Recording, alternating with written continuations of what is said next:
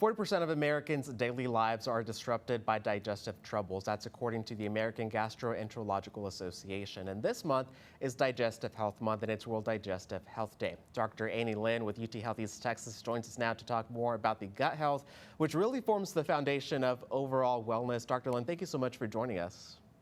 Hi, good morning, Jesus. Thanks for the introduction. I'm very excited to come on after feeling very energized over this 3-day weekend to talk a bit about digestive health and hopefully help out some of our audience members with some questions they may have. Of course. So first off, why is digestive health so important to just the overall well-being?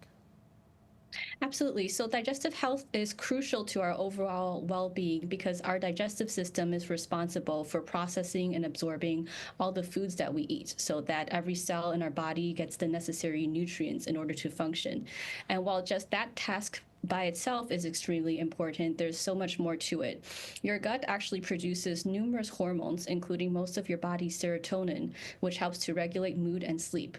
Also, about 70% of your immune cells live in your gut, where they work to keep harmful bacteria and other pathogens at bay.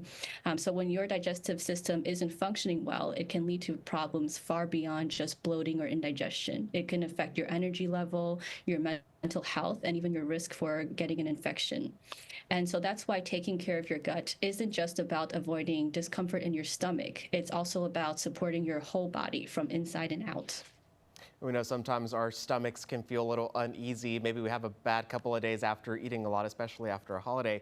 How can people differentiate between occasional digestive discomfort and signs of a chronic issue? Great question, and I'm sure that this is something many people wonder about. So occasional GI symptoms like bloating after a big meal, mild indigestion, or even diarrhea from time to time could be pretty normal and can happen to any of us. These symptoms are often tied to something temporary and obvious, like what you ate, how fast you ate, or even a period of high stress. But when the symptoms start to become persistent, predictable, and disruptive to daily life, that's when it can signal a chronic GI issue. For example, if you're feeling bloated and gassy nearly every day, not just after an indulgent meal, if you have frequent heartburn, not just once in a while, perhaps heartburn that's daily and not resolved by medications. If you're noticing persistent constipation or diarrhea for more than a few weeks in a row, or even if you're dealing with symptoms outside of the GI tract, like unexplained fatigue, skin issues, or mood swings, these symptoms can all be tied to chronic gut problems. The key is to recognize pattern and persistence. If something is happening regularly or affecting your quality of life, it may be worth checking in with a healthcare provider because your body could be trying to tell you something, and it's just a matter of listening. And with summer coming up, I know a lot of us are either going to have cookouts or maybe we have more time to cook at home ourselves. What are some good or bad foods that are for our health gut? Yes, I do love this question because food is one of the most powerful tools we have to support our gut health. So we can start with some foods that are especially good for your gut. I'll break them down into 3 simple categories. First is fiber-rich foods. So these include fruits, vegetables, legumes, and whole grains. They feed the beneficial bacteria in your gut. So foods like beans, broccoli, oats, bananas are great examples. Another category of foods that I would recommend is fermented foods. These are foods that are naturally high in probiotics, which are bacteria that help to support a healthy gut. Foods like yogurt with live cultures, kimchi, sauerkraut, and kefir can all help to repopulate your gut with good bacteria. And finally, I would recommend polyphenol-rich foods. Polyphenols are a class of antioxidants that are abundant in certain foods like berries, green tea, olive oil, and dark chocolate, and many more foods. They support good bacteria in the gut and help to reduce inflammation in the GI tract. And now for foods that are especially bad for your gut, again, I have 3 categories. The first group of foods that I would avoid is foods that are high in added sugar or artificial sweeteners.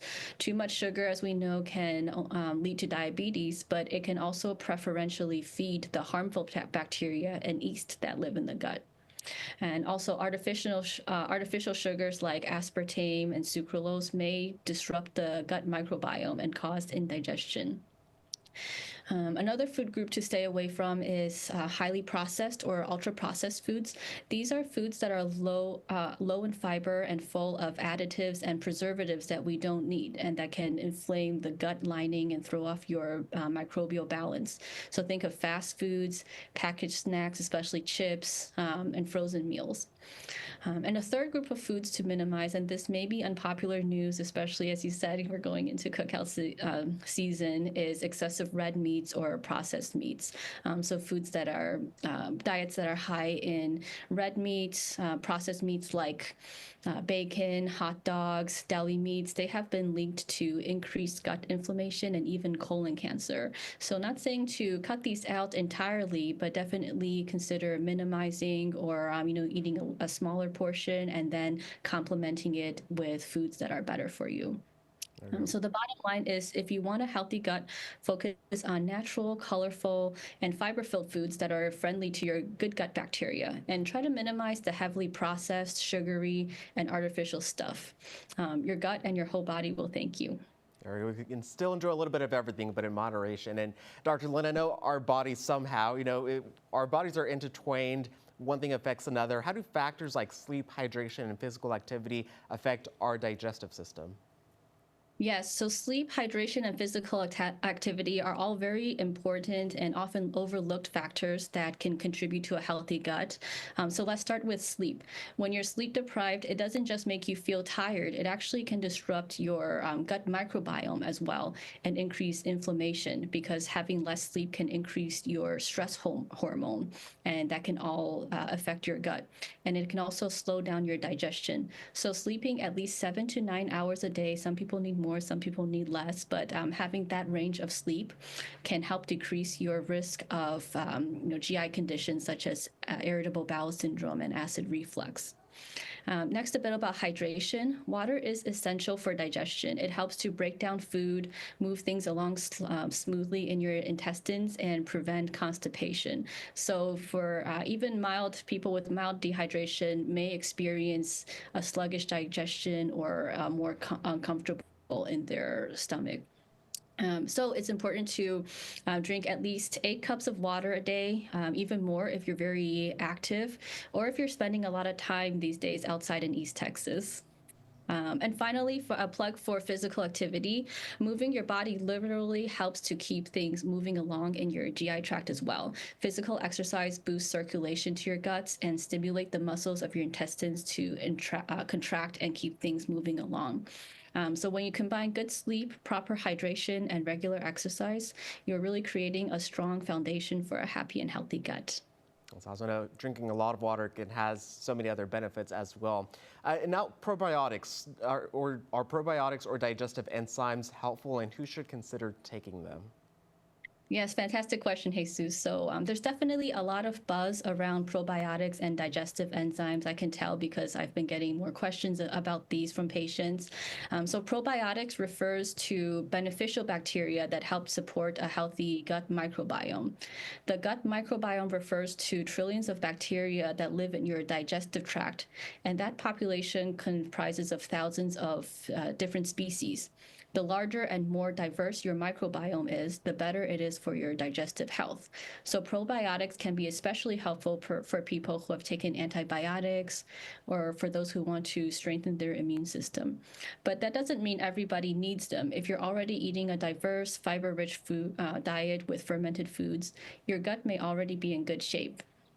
And in contrast, digestive enzymes are enzymes that help your body break down certain foods so you can absorb nutrients more effectively.